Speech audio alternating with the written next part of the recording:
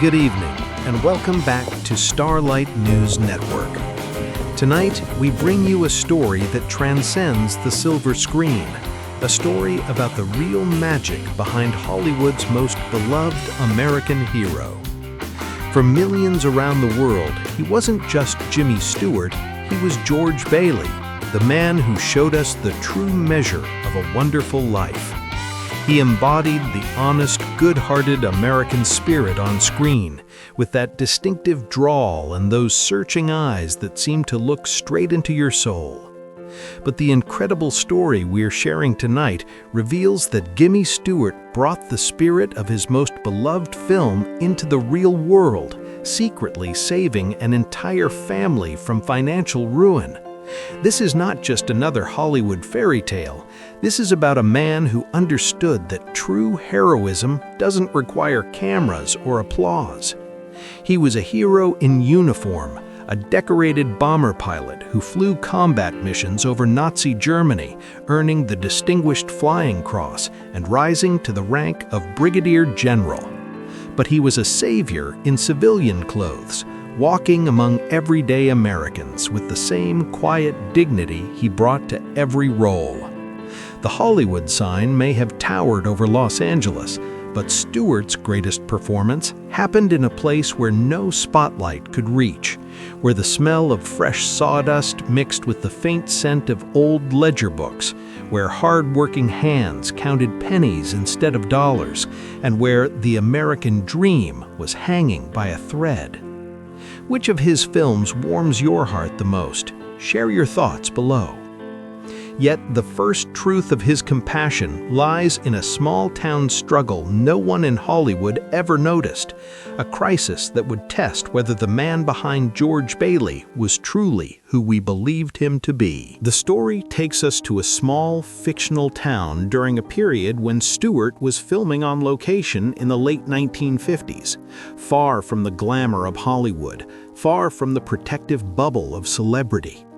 He spent time interacting with the locals, and unlike many stars who remained isolated in their trailers, Stewart genuinely wanted to understand the rhythm of small-town America.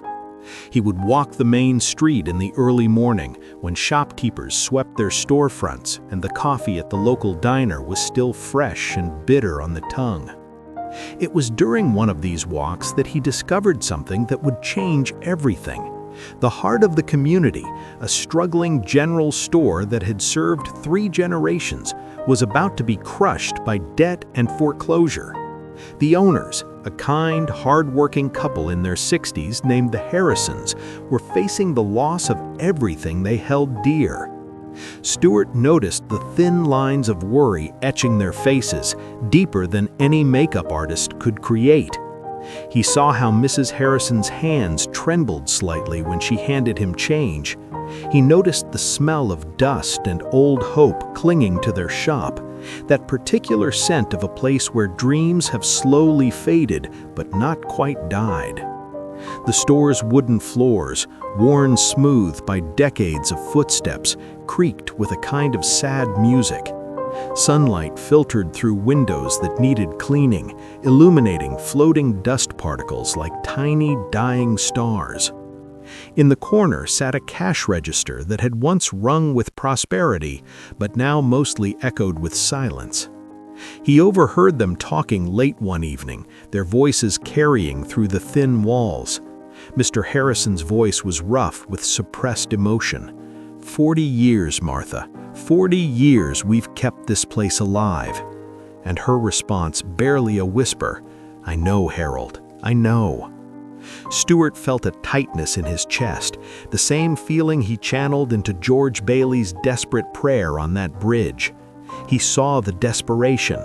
It was a scene right out of his own script, but this time there would be no director to yell cut, no second take to get it right.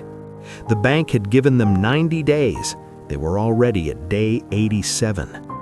But what could a movie star do against the crushing economic weight of a nation still recovering from war and entering uncertain times?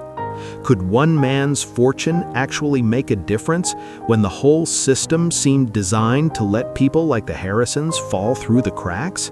That night, Stewart couldn't sleep. He lay in his hotel room, staring at the ceiling, listening to the distant sound of a freight train cutting through the darkness. The character of George Bailey wasn't just something he'd acted, it was something he'd internalized, something that had become part of his moral compass. He thought about the scene where George Bailey empties his honeymoon money to save the building and loan. He thought about Clarence's message, "No man is a failure who has friends."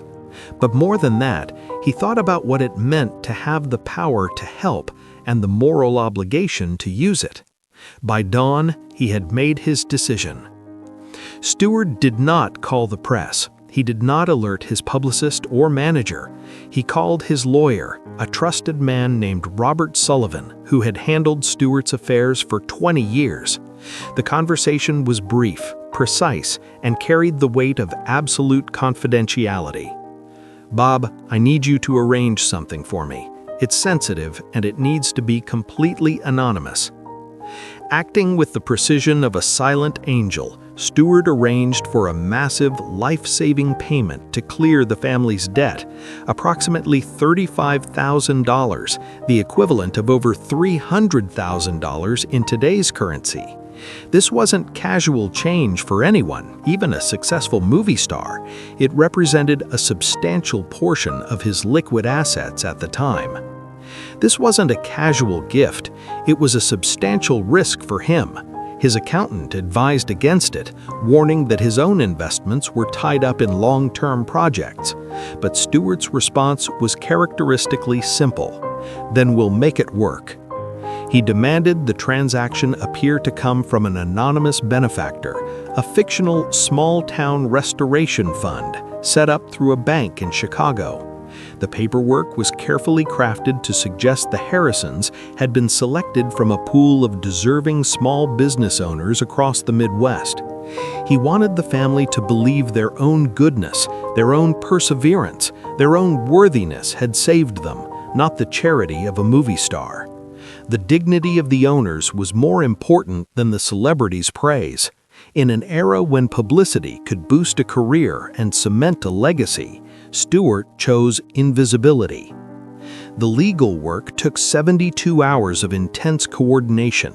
Sullivan worked through 2 nights, coordinating with banks, creating paper trails that led nowhere and everywhere simultaneously. Stewart personally reviewed every document, making sure nothing could be traced back to him. On the 89th day, just 24 hours before the foreclosure, a registered letter arrived at the Harrison General Store. Inside was a cashier's check and a formal letter on embossed stationery explaining that they had been selected for emergency assistance based on their community service and business longevity. Stewart risked exposure with every signature, with every phone call. One loose word to a gossip columnist could unravel everything. But his heart, the one we loved on screen, the one that made us believe in George Bailey, simply couldn't allow disaster to unfold when he had the power to prevent it. But did the money arrive in time to stop the foreclosure notice? And more importantly, would the Harrisons accept help from a source they didn't understand? The morning of day 90 arrived cold and clear. Mr. Harrison opened that registered letter with hands that shook so badly he could barely break the seal. His wife stood beside him, one hand gripping his shoulder, the other pressed against her chest as if to keep her heart from breaking free. They read the letter once, twice, 3 times. The words seemed impossible, like a message from another world where miracles still happen to ordinary people. Mrs. Harrison's knees buckled, and she sat down heavily on the old wooden chair behind the counter, the same chair her father had sat in when he'd run the store, the same chair where she'd nursed her babies during slow afternoons decades ago. Tears carved clean paths down her weathered cheeks. Mr. Harrison, a man who'd survived the Depression and World War II without shedding a tear, wept openly. the heavy weight of financial doom that had pressed upon them like a physical burden, that crushing sensation that made it hard to breathe, hard to sleep, hard to see any future beyond loss, was suddenly impossibly lifted. The check was real. The letter was official. They took it to the bank that very morning, and by afternoon, the foreclosure was canceled. The deed to their store, their home, their life's work remained in their names. The money arrived, the debt was cleared, and the store was saved. The couple, overwhelmed with relief and gratitude for the miracle, never knew the truth. They believed in the small-town restoration fund. They believed they had been chosen because of their merit, their perseverance, their role in the community. And in a way, they had been, just not by a committee in Chicago. That evening, they invited their children and grandchildren to the store. They served pie and coffee, and Mr. Harrison stood in the middle of the shop, his shop, saved, and raised a glass to the goodness that still exists in America, to the people who see worth in small places, to the belief that decent folks still matter. The grandchildren didn't fully understand what had happened, but they understood joy. They understood relief. They understood that something terrible had been prevented and something wonderful had been preserved. Years later, the Harrisons would tell the story of their unexpected salvation at church socials, at town meetings, to traveling salesmen who stopped by the store. They would speak of it as proof that faith and hard work are rewarded, that America takes care of its own, that angels sometimes wear business suits and send registered mail. They never knew that their angel had worn a bomber jacket over Germany and had once stood on a bridge in Bedford Falls contemplating the value of a single life. Stewart, watching from afar during his remaining days in town, was the only one who knew the true outcome. He would walk past the store and see the lights on, see customers inside, see Mrs. Harrison smiling as she wrapped purchases in brown paper tied with string. He had successfully directed the greatest scene of his life, a real-life happy ending, just as George Bailey would have done. No cameras captured it, no critics reviewed it, no audience applauded. But in the quiet privacy of his own conscience, Stewart knew he had given the performance that mattered most. Jimmy Stewart passed away in 1997 at the age of 89. Having lived a life that defied easy categorization. He was an actor, certainly, one of the greatest of his generation. He was a military hero, undoubtedly, one of the most decorated actors ever to serve. But more than these titles, he was something rarer. He was authentic. The story of the Harrison General Store, and yes, we've changed the names to protect the privacy of the family involved, represents something essential about Stewart's character. It wasn't an isolated incident of generosity. Throughout his life, Stewart quietly helped others, from struggling actors who needed a break to veterans who needed support transitioning to civilian life. He didn't do these things for recognition. In fact, he actively avoided it. When asked about his charitable work late in life, he would deflect, change the subject, or simply say, "Well, you do what you can." That simple phrase, "you do what you can," was his entire philosophy of compassion. Jimmy Stewart's legacy is defined by the honesty he brought to every role. Whether he was playing a small-town idealist, a tough Western sheriff, or a man on the edge of breakdown, he brought a quality that made audiences believe every word, every emotion, every struggle. But his true genius lay in his willingness to live the parts he played, bringing the light and kindness of Bedford Falls to the struggling corners of real America. He showed us that the measure of a star is not the lights he stands under, but the darkness he helps conquer in secret.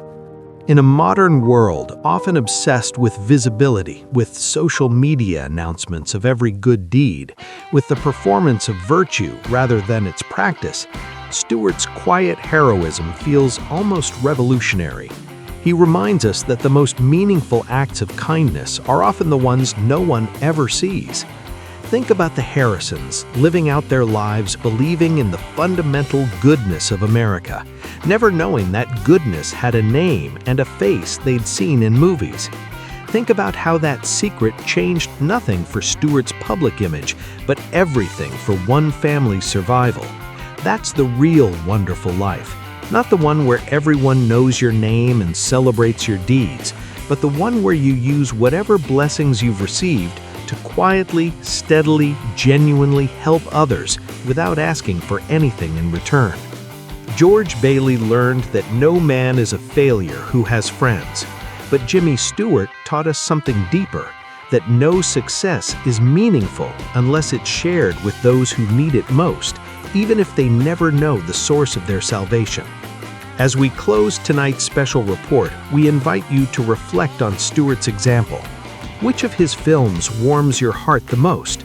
Share your thoughts below.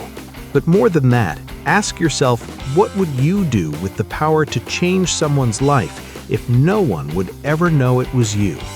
That's the question Jimmy Stewart answered again and again in the quiet moments between the cameras, in the spaces between fame and humility, in the secret acts that define true character. We thank you for watching Starlight News Network. Good night, and may you find your own Bedford Falls wherever you are.